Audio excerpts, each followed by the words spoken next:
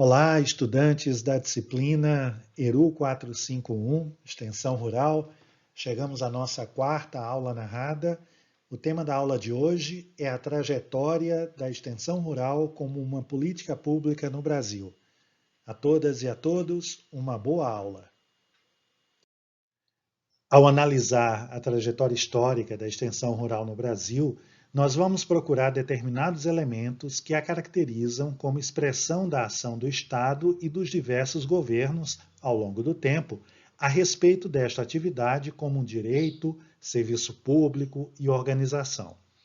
Por este motivo, afirmamos que a história da extensão rural como política pública permite compreender a sua estruturação como serviço público, a configuração das atribuições e competências profissionais e a diversificação das modalidades de ação extensionista ao longo do tempo. Desde 1948, quando a extensão rural chegou oficialmente ao Brasil, foram muitas as mudanças conceituais, estruturais, organizativas, operacionais que marcaram esta trajetória. Os principais fatores que influenciaram estas mudanças ao longo do tempo estão relacionados às conjunturas político-econômicas dos diversos momentos, ou seja, a influência das relações internacionais, as crises econômicas, que se tornaram recorrentes e impuseram limitações à ação do Estado, e as mudanças de governo, que afetaram o Sistema Nacional de Assistência Técnica e Extensão Rural. Também foram influentes as concepções de desenvolvimento, que passaram a orientar a formulação de políticas públicas, isto é, a predominância, em determinado período, de teorias, modelos, abordagens e estilos de desenvolvimento que orientaram a extensão rural e suas práticas. E, por fim, a ação do Estado brasileiro, relativa a recursos disponíveis e aplicados em ações de extensão rural, a gestão do sistema público, o papel atribuído à extensão rural no desenvolvimento em momentos distintos e os vínculos estabelecidos entre a extensão rural e as políticas de pesquisa agropecuária e ensino técnico e superior. Vamos considerar que a extensão rural no Brasil, desde sua origem, buscou alcançar objetivos gerais com suas práticas. Estes objetivos estiveram relacionados à comunicação, seja para transferir, difundir ou estabelecer comunicação dialógica entre sujeitos sociais que interagem, à educação, uma vez que a extensão rural se constitui basicamente como uma prática de ensino-aprendizagem, a assistência ou orientação técnica, relacionada à prestação de serviços de assistência técnica, aconselhamento, consultoria ou assessoramento, e a articulação política, para facilitar a interação entre atores sociais e realizar mediações entre conhecimentos e interesses. Importante ressaltar que estes objetivos gerais da extensão rural são interrelacionados e contribuem mutuamente para as ações e práticas, como vimos nas nossas aulas passadas.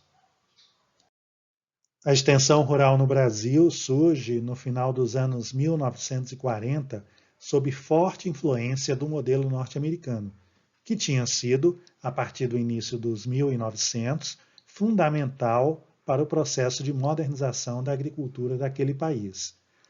O modelo norte-americano era baseado em universidades conhecidas como land-grant colleges, que, junto com associações de fazendeiros, se dispuseram a levar conhecimentos científicos aos agricultores que não tinham acesso às universidades.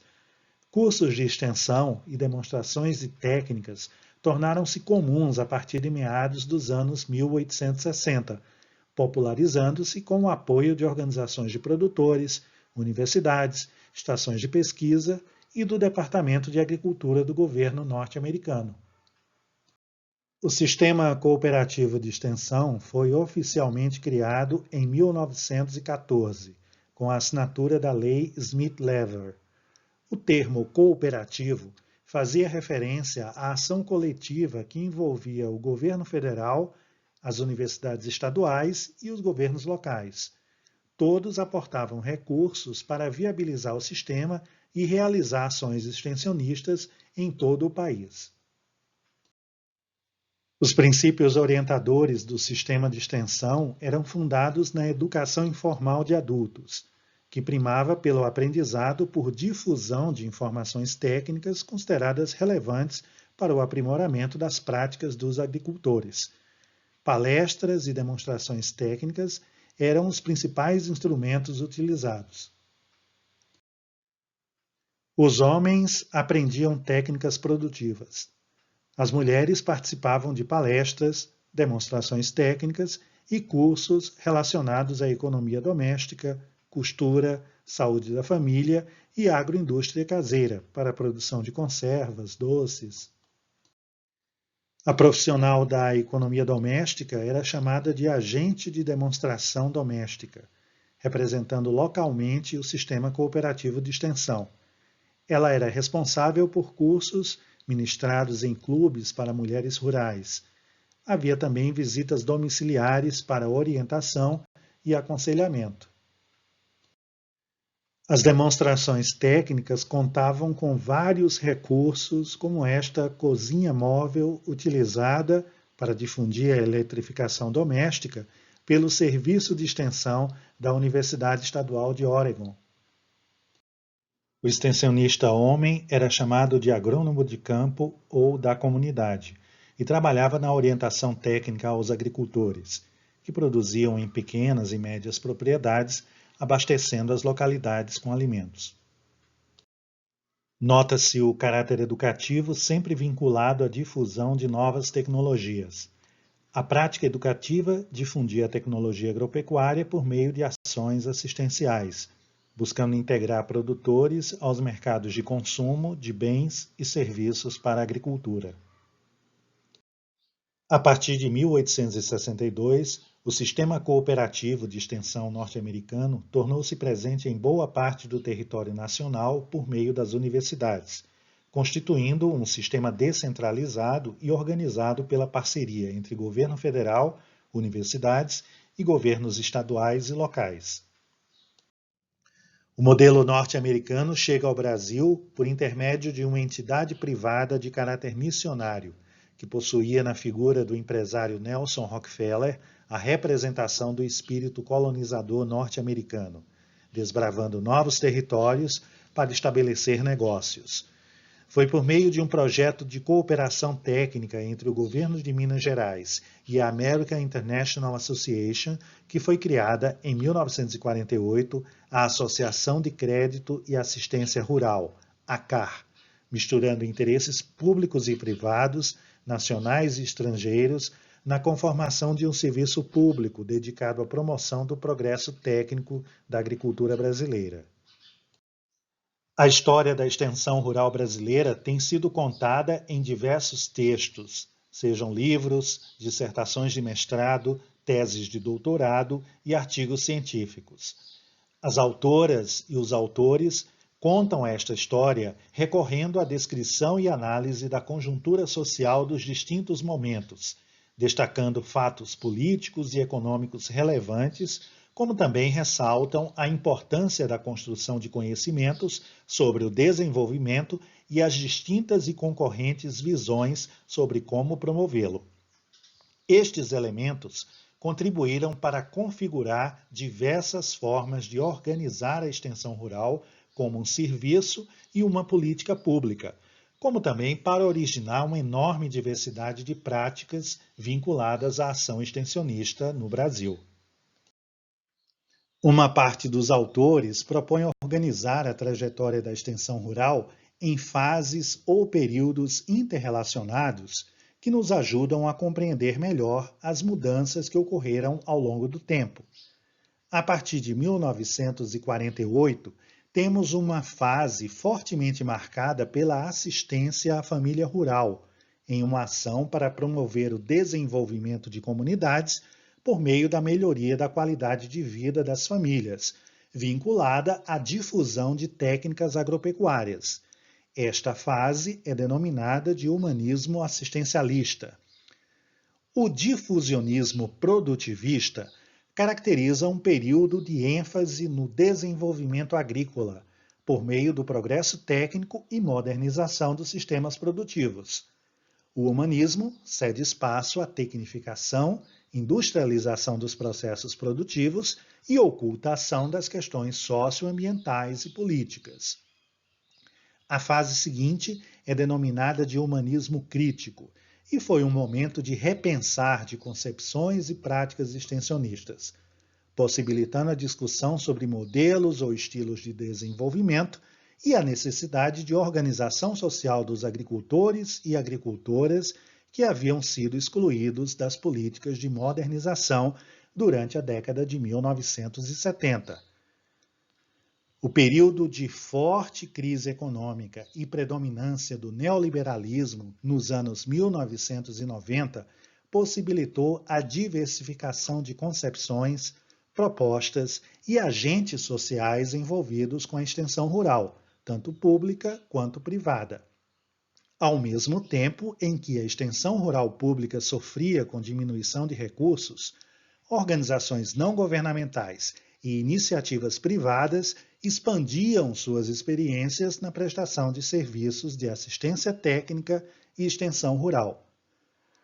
O período de reestruturação da assistência técnica e extensão rural marca a mudança governamental do início dos anos 2000 e a implementação da Política Nacional de Assistência Técnica e Extensão Rural, que direcionou recursos ao sistema público de extensão, ao mesmo tempo em que propôs mudanças de direcionamento para a ação extensionista.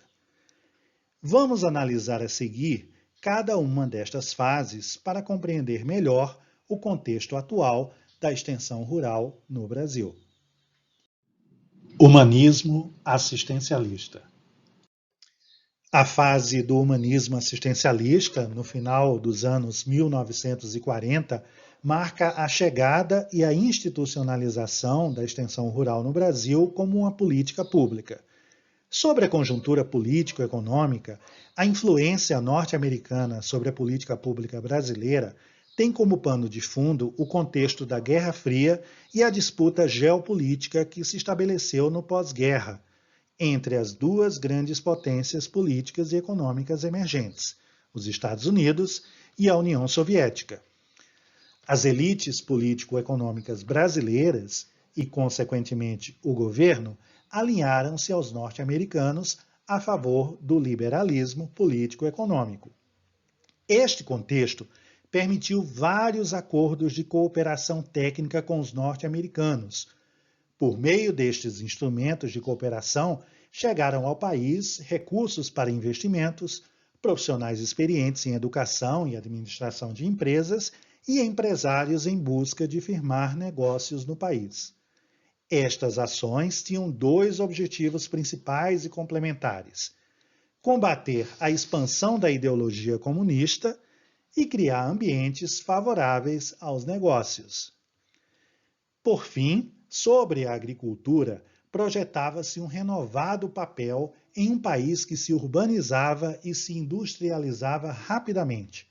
Era necessário produzir fibras e alimentos e, ao mesmo tempo, dispor da força de trabalho dos agricultores que migravam para os grandes centros urbanos e se tornavam operários no setor industrial. Nesta conjuntura, surge a experiência das Associações de Crédito e Assistência Rural, ACAR. A primeira delas, criada em Minas Gerais em 1948, com o objetivo de operacionalizar a ação extensionista aos moldes da experiência norte-americana adaptada à realidade brasileira. Na foto vemos a fachada e a placa de identificação da ACAR do Paraná, criada em 1959. Um agrônomo, uma economista doméstica e um jipe.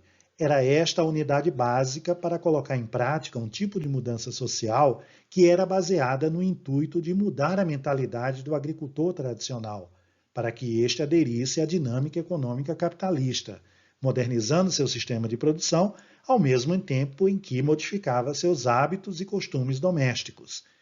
Para alcançar este objetivo, as práticas profissionais da extensão rural fundamentavam-se em um projeto educativo que utilizava o crédito como instrumento para introduzir técnicas, tecnologias, práticas e uma visão de mundo para a qual o desenvolvimento vinha de fora, por meio de conhecimentos e lições de pessoas externas à localidade.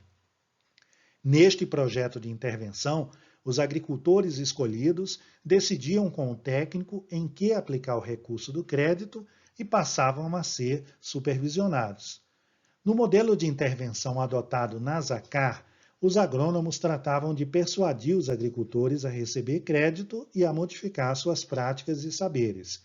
Esta persuasão começava com os jovens, reunidos em clubes para exercitar o espírito cívico e cooperativo, ao mesmo tempo em que tomavam contato com novas tecnologias. As economistas domésticas lidavam com as mulheres agricultoras, reforçando seu papel de administradoras do lar e, no máximo, ajudantes na produção. É neste sentido que a extensão rural se constituiu como uma prática educativa para a transmissão de conhecimentos e demonstração e difusão de técnicas, tecnologias e práticas tidas como modernas, visando mudar comportamentos domésticos e comportamentos produtivos. Todos estes temas eram pensados a partir de uma visão civilizatória de superação do atraso em que viviam os agricultores tradicionais. Por isso, o conhecimento valorizado era o que vinha de fora das comunidades e portado pelos técnicos e técnicas da extensão rural. Nos anos 1950, as ACAs se espalham por boa parte do país e constituíram a política pública de extensão rural do governo federal. Nos anos 1960 e 1970, as ACAs chegam ao centro-oeste e norte do país, configurando um sistema nacional de extensão rural. A noção de desenvolvimento era fortemente influenciada por teorias da modernização, que fundamentavam a ideia de superação do atraso da agricultura tradicional e sua integração à moderna sociedade capitalista. Esta visão sobre o desenvolvimento percebe o agricultor tradicional como um indivíduo desprovido de conhecimentos e preso culturalmente a tradições. Seus meios e métodos de trabalho na agricultura são considerados rústicos, precários e insuficientes para lhes prover rendimentos. A visão negativa da agricultura tradicional e dos agricultores projetava os técnicos e o conhecimento científico como alternativa única à mudança social. A intervenção por meio do crédito vai se tornando cada vez menos aberta ao diálogo com os agricultores e vincula-se à orientação técnica para inovação e consumo de novas tecnologias. A educação, por sua vez, torna-se mais objetiva em seu intuito de mudar mentalidades e comportamentos para a modernização dos meios e estilos de vida. A extensão rural, neste momento, início dos anos 1960, foi abandonando gradativamente suas práticas educativas e seu esforço para desenvolver comunidades e abraça a assistência técnica como um método mais eficaz para promover o progresso técnico. Difusionismo produtivista. O difusionismo produtivista, como indica a denominação, foi uma fase de instituição da extensão rural como uma prática de assistência técnica, baseada no modelo de difusão de tecnologias. A conjuntura político-econômica foi muito favorável à disseminação deste modelo. Primeiro, porque havia um cenário mundial de crescimento econômico, com abundância de recursos aos assim chamados países em desenvolvimento. O milagre econômico brasileiro foi um breve período em que o país experimentou elevado crescimento econômico, o que possibilitou investimentos públicos em infraestrutura e oferta de crédito rural barato e subsídios agrícolas. Outro elemento favorável ao difusionismo foi o regime militar que se estabeleceu a partir de 1964. Na ausência de democracia, a classe patronal pôde fazer valer seus interesses sem qualquer tipo de oposição ou questionamento. Com recursos públicos, levou adiante o processo de modernização parcial e excludente da agricultura brasileira. Os processos de urbanização e industrialização completavam um quadro em que o desenvolvimento agrícola passou a significar ocupação da fronteira, especialização produtiva, elevado consumo de insumos e direcionamento da produção a mercados externos. Naquele momento, o abastecimento de alimentos era garantido principalmente pelas agriculturas tradicionais de base familiar, que não eram objeto das políticas públicas. Na visão de mundo do difusionismo produtivista, a origem do desenvolvimento é sempre externa e direcionada à superação do atraso da agricultura tradicional. A transformação viria da repetição da trajetória dos países que, entre aspas, já tinham se desenvolvido.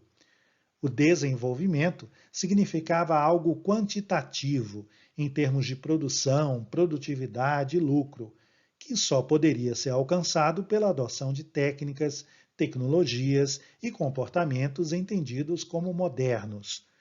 Os frutos deste crescimento econômico seriam para poucos, mas supostamente beneficiaria toda a sociedade. É neste sentido que, durante o regime militar, a modernização agrícola foi uma opção seletiva e excludente, representando um momento em nossa história em que o Estado atuou deliberadamente a favor dos interesses de uma classe patronal, para a qual o humano era visto como um recurso, um objeto ou simplesmente como mão de obra. A extensão rural, naquele momento, foi o elemento-chave à modernização conservadora da agricultura brasileira, peça importante na política pública que a transformou. As antigas Associações de Crédito e Assistência Rural, ACAR, foram convertidas em Emater, empresas públicas que adotaram a denominação assistência técnica para significar o foco agrícola das intervenções. Constituía-se assim o Sistema Brasileiro de Assistência Técnica e Extensão Rural, Cibrater, composto por diversas Emater ou empresas similares em todo o país. Sob forte influência da teoria de difusão de inovações, de Everett Rogers. Com este livro, esse autor tornou influente a concepção de que a inovação técnica seria resultado da comunicação efetiva sobre novos produtos, que se espalham em um sistema social ao longo do tempo, criando uma diferenciação social entre os adotantes. Desta forma, a teoria projetou um papel muito importante para os canais de comunicação na prática extensionista. O extensionista passou a atuar com oferta de crédito barato para estimular a adoção de pacotes tecnológicos. A empresa brasileira de pesquisa agropecuária, Embrapa, criada nos anos 1970, cumpria a função de gerar tecnologias para a disseminação daqueles pacotes, atrelando a agropecuária aos mercados consumidores. E o ensino público completava o ciclo, formando profissionais para dar suporte ao modelo de modernização agrícola fundado nos princípios da Revolução Verde. A ação extensionista tornou-se basicamente uma prática comunicativa de persuasão, difusão de tecnologias e prestação de serviços de assistência técnica. Sob forte influência da teoria da difusão de inovações, passa a selecionar os agricultores mais aptos a adotar os pacotes tecnológicos. A política pública de modernização agrícola tinha fundamentos muito evidentes. As tecnologias já existem, precisam apenas ser difundidas. A padronização dos sistemas de produção requer especialização produtiva e dependência de consumo de insumos. A pesquisa tem a função principal de adaptar tecnologias às condições agroambientais brasileiras.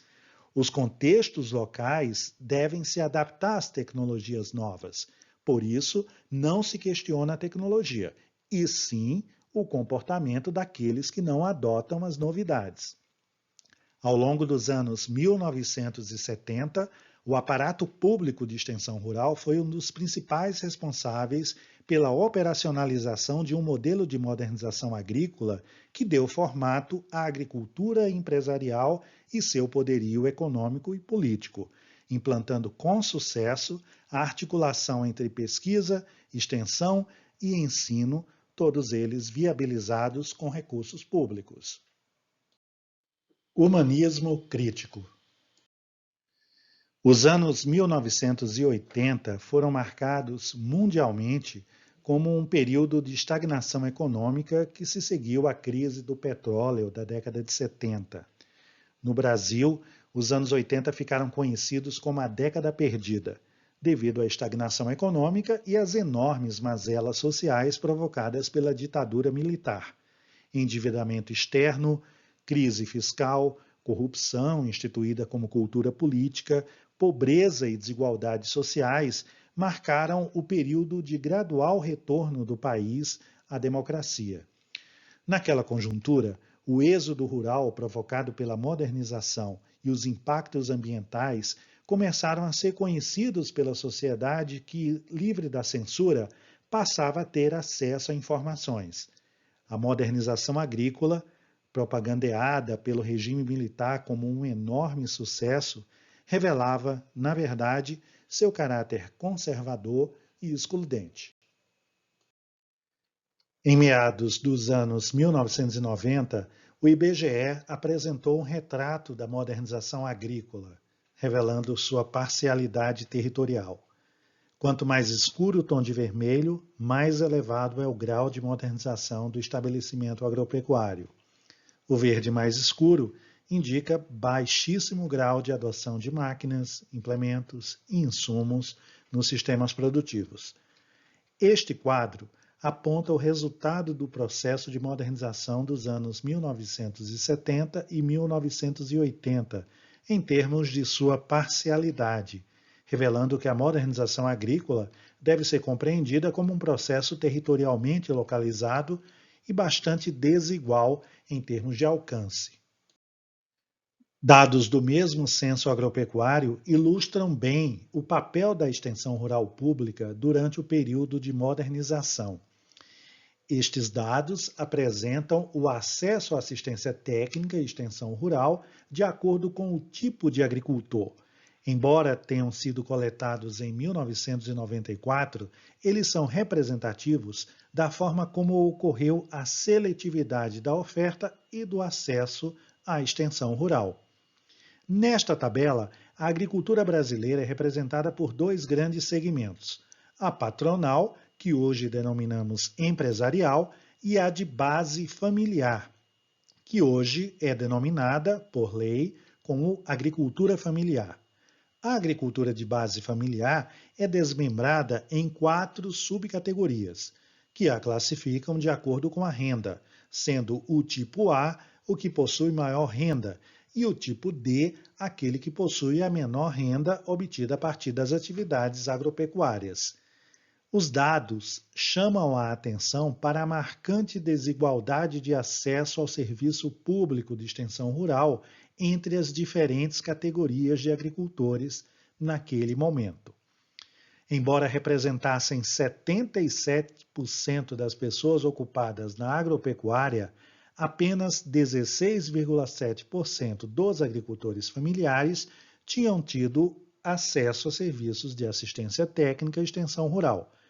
Este dado se torna mais impressionante quando observamos que, dentre estes, os mais pobres, menor renda, são também os que menos acessam a extensão rural, 8,6%.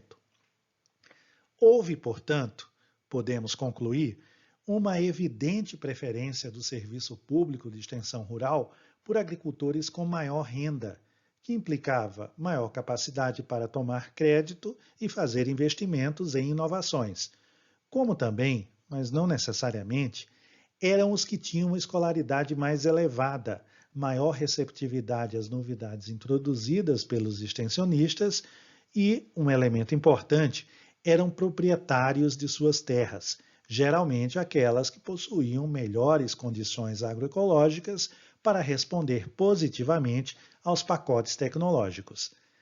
A extensão rural foi agente ativa no estabelecimento desse caráter seletivo e excludente da modernização agrícola patrocinada pelo Estado brasileiro. A partir dos anos 1980, esta postura passou a ser questionada e gerou um intenso processo de discussão sobre o papel do Estado na promoção do desenvolvimento. O caráter seletivo e excludente da política de modernização foi evidenciado pela falta de apoio do Estado às agriculturas tradicionais e de base familiar. Este caráter era vinculado ao êxodo rural descontrolado e seus impactos negativos nos centros urbanos. Com o retorno à democracia, as organizações de agricultores, os sindicatos de trabalhadores rurais e os movimentos sociais se mobilizaram e passaram a exigir publicamente respostas do Estado brasileiro à difícil situação em que se encontravam os agricultores, e a exigir o fim dos privilégios públicos à classe patronal. A reforma agrária era o tema unificador das lutas empreendidas naquele momento, despertando a opinião pública, como também a reação da classe patronal. O processo de modernização teria sido doloroso ao excluir a maioria dos agricultores das possibilidades de desenvolvimento, acentuando os graves problemas de baixa renda, pobreza, miséria e extrema miséria no rural brasileiro. Em meados dos anos 1980, este era o tema presente em vários eventos acadêmicos. Os agrônomos e suas organizações denunciavam as injustiças sociais causadas pela modernização parcial da agricultura brasileira e pautavam a necessidade de alternativas para as agriculturas de base familiar. Os Encontros Brasileiros de Agricultura Alternativa, EBA, foram marcos importantes na afirmação da necessidade de repensar o desenvolvimento em termos amplos, humanos e com foco em estilos de agricultura mais conectados com os contextos locais e a diversidade dos ecossistemas. A questão social, a reforma agrária e a ecologia surgiam com força para denunciar os impactos da atuação parcial do Estado brasileiro na promoção da modernização agrícola nos anos 1970. Esta visão crítica, humanista e ecológica sobre o desenvolvimento teve o poder de influenciar mudanças nas políticas públicas, chamando a atenção para o desenvolvimento rural e a necessidade de repensar o papel da extensão rural. A partir de 1985, a extensão rural viveu um período chamado de repensar, incentivado pela percepção de que seu papel na modernização agrícola havia causado enormes impactos socioambientais, desconsiderando a importância e a diversidade de sujeitos sociais do rural brasileiro. A visão humanista sobre a ação extensionista foi influenciada pela análise do educador e filósofo brasileiro Paulo Freire, que publicou em 1977 um livro sobre a sua visão do papel da extensão rural na promoção de mudanças em busca de desenvolvimento. Freire elaborou uma potente crítica às teorias da modernização, que desconsideravam mulheres e homens agricultores em seus contextos e condições para fazer valer um projeto de mudança que vinha de fora e era imposto. O foco humano das intervenções, na visão de Freire, deveria considerar os sujeitos e sua cultura como ponto de partida para qualquer mudança que fosse proposta, estabelecendo a participação e o diálogo entre saberes como condição essencial para a mudança e o desenvolvimento. A empresa brasileira de assistência técnica e extensão rural, Embrater, absorveu essas críticas e passou a incentivar a aproximação com agricultores de base familiar. Os próprios extensionistas e suas organizações sindicais foram fundamentais à implementação destas mudanças nas políticas públicas. As visões sobre o desenvolvimento mudavam sob a influência de novas teorias que defendiam a apropriação das tecnologias aos contextos locais. O tema das tecnologias alternativas ganhou concretude na ação de diversas organizações não governamentais que passaram a trabalhar com extensão rural em uma nova perspectiva. Na concepção crítica da extensão rural, o agricultor é o sujeito do processo de mudança em diálogo com o extensionista. A tecnologia deve ser adaptada aos recursos e às condições socioambientais do agricultor e do lugar em que será colocada em prática. A padronização de soluções e de procedimentos devem ser relativizadas em função das necessidades do caso. A extensão rural torna-se, nesta perspectiva, uma intervenção negociada, que tem na participação efetiva dos agricultores o método para tomar decisões e aprender coletivamente. Temos um momento em que o conjunto de experiências das organizações não governamentais afirma, na prática, a teoria de Paulo Freire sobre a educação transformadora. E estas experiências influenciam fortemente a extensão rural pública, que redefine sua atuação a favor das agriculturas de base familiar, oferecendo assim uma resposta ao questionamento sobre o seu papel em um contexto em que a agricultura empresarial demanda assistência técnica especializada e poderia obtê-la de empresas privadas. As três fases que apresentamos até aqui representam momentos em que se consolidam os fundamentos teóricos e metodológicos da extensão rural no Brasil, ao mesmo tempo em que ela se institucionaliza como política pública e profissão. As duas fases que trataremos a seguir foram períodos de intensa revisão desses fundamentos e da própria extensão rural como política pública. Diversificação institucional.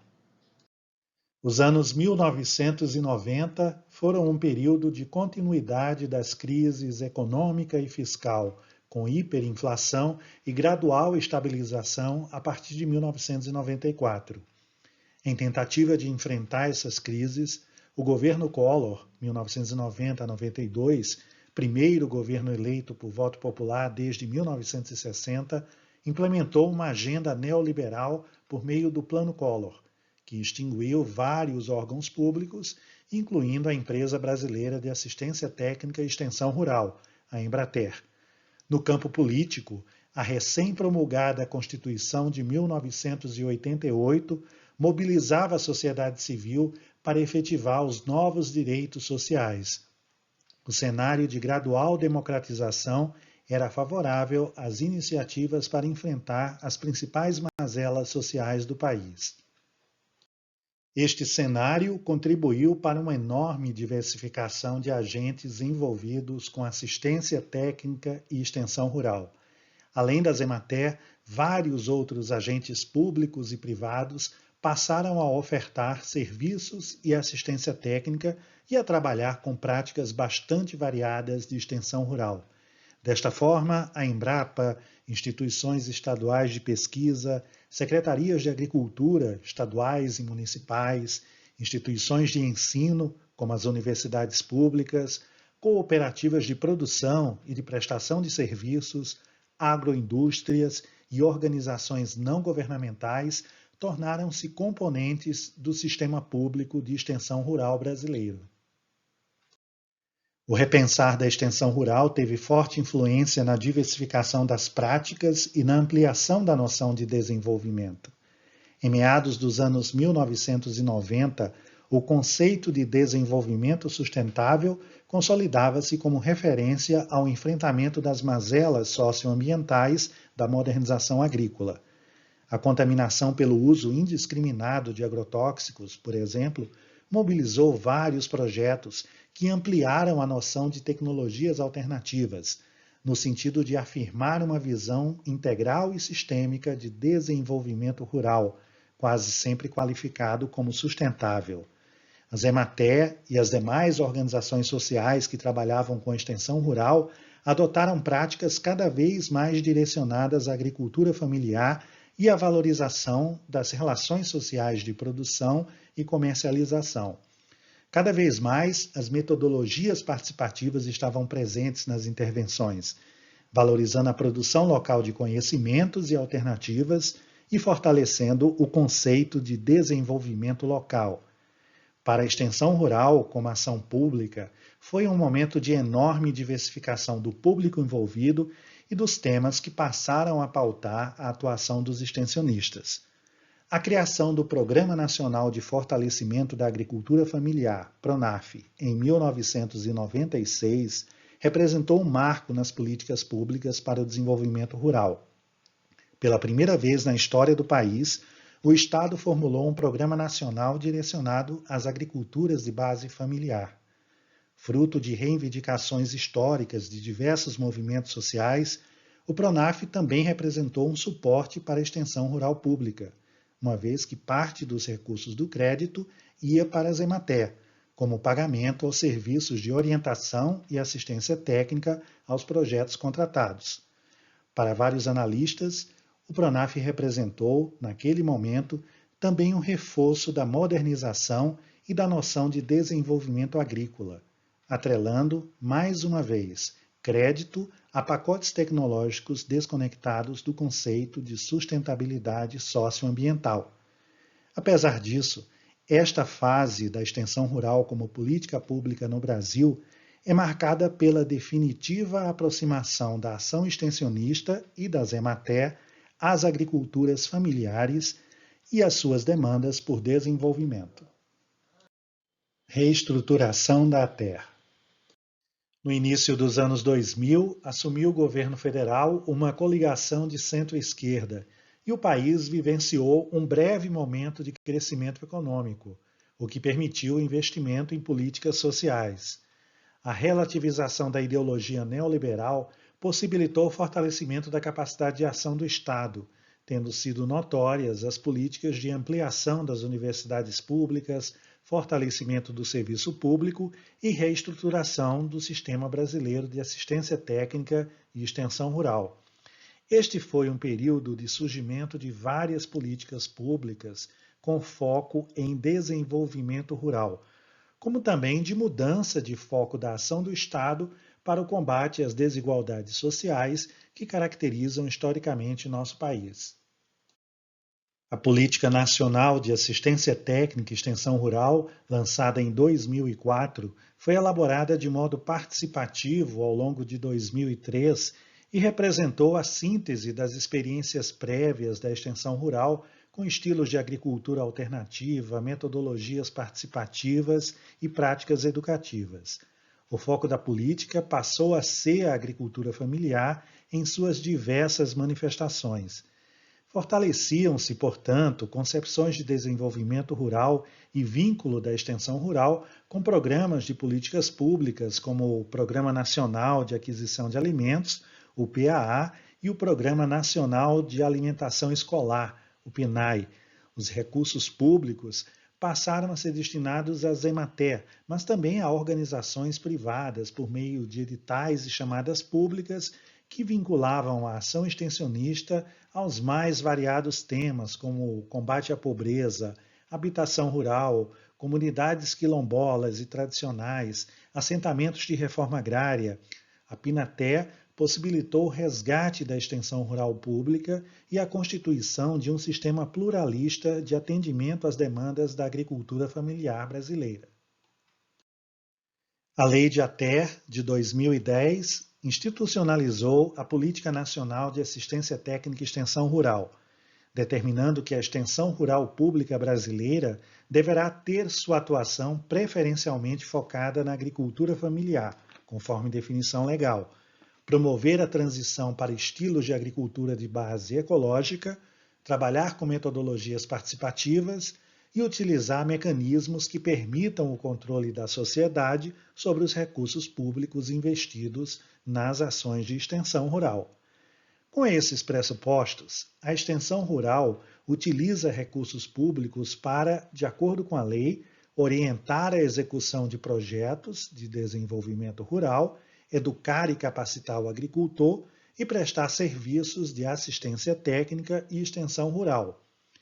O sistema público, de acordo com a lei, é composto pelas EMATER ou empresas públicas similares, como também por entidades privadas devidamente habilitadas para executar recursos públicos.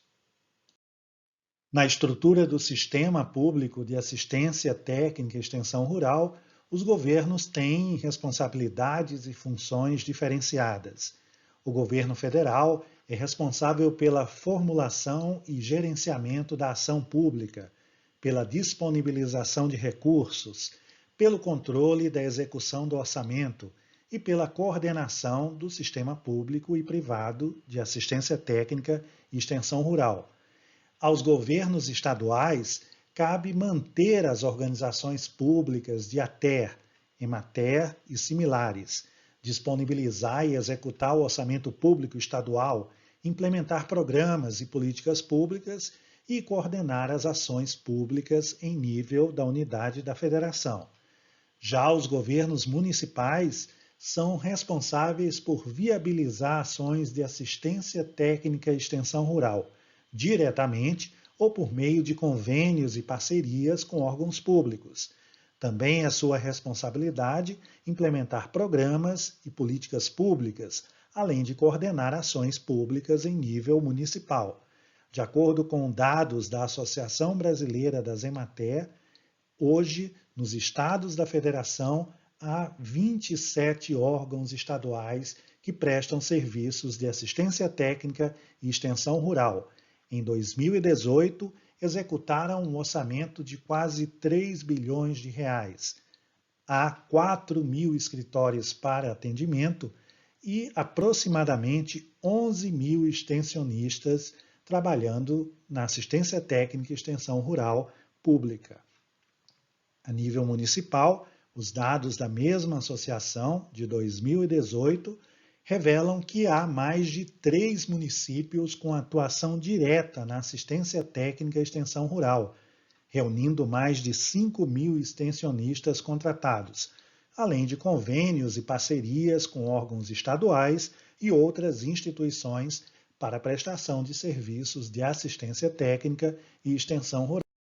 As entidades privadas complementam a estrutura do sistema público de assistência técnica e extensão rural. Dados de 2018 revelam que há cerca de 600 organizações não governamentais que reúnem cerca de 10 mil técnicos, atendendo aproximadamente a 500 mil agricultores.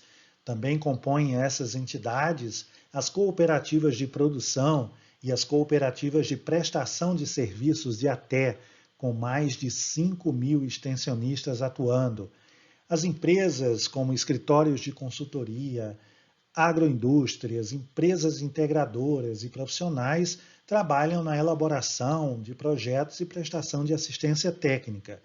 E completam o quadro das entidades privadas o Sistema S, Senai, Sescop, Sebrae, com foco em treinamento e capacitação e atendendo preferencialmente agricultores familiares em melhores condições de renda, escolaridade e acesso a mercados. Todas essas entidades acessam e executam recursos públicos por meio de editais e chamadas públicas. Em nossa aula, podemos ter uma visão panorâmica da longa trajetória da extensão rural no Brasil, várias fases que nos ajudam a compreender a estrutura, o papel e a diversidade da extensão rural brasileira como uma política pública que foi se modificando ao longo do tempo. Os elementos apresentados anteriormente nos permitem compreender melhor situações específicas e a predominância ou não de um determinado enfoque conferido às práticas extensionistas. Destaco que não se trata aqui de mudanças lineares, e sim de um estudo sobre a diversidade de elementos que afirmam hoje a complexidade da ação extensionista. Para concluir nossa aula, vamos fazer alguns comentários sobre a situação da extensão rural no Brasil hoje. O primeiro elemento que nos chama a atenção é o conjunto de dificuldades para a implementação da Política Nacional de Assistência Técnica e Extensão Rural, aquela de 2004, e da Lei de ATER, promulgada em 2010. Estas dificuldades dizem respeito principalmente à proposta de transição para estilos de agricultura que fossem orientados pela noção de agroecologia ou pela noção de sustentabilidade. Esta proposta enfrentou forte resistência político-ideológica e permanece até hoje como um desejo por um desenvolvimento de caráter socioambiental como orientador da ação pública em nosso país. A extinção do Ministério do Desenvolvimento Agrário em 2016 é outro elemento da conjuntura e aponta para a resistência conservadora à agricultura familiar e à visão ampla de desenvolvimento rural, o que se confirma com o desmantelamento das políticas públicas de desenvolvimento rural a partir de 2016 e o foco atual em ações públicas de desenvolvimento agrícola.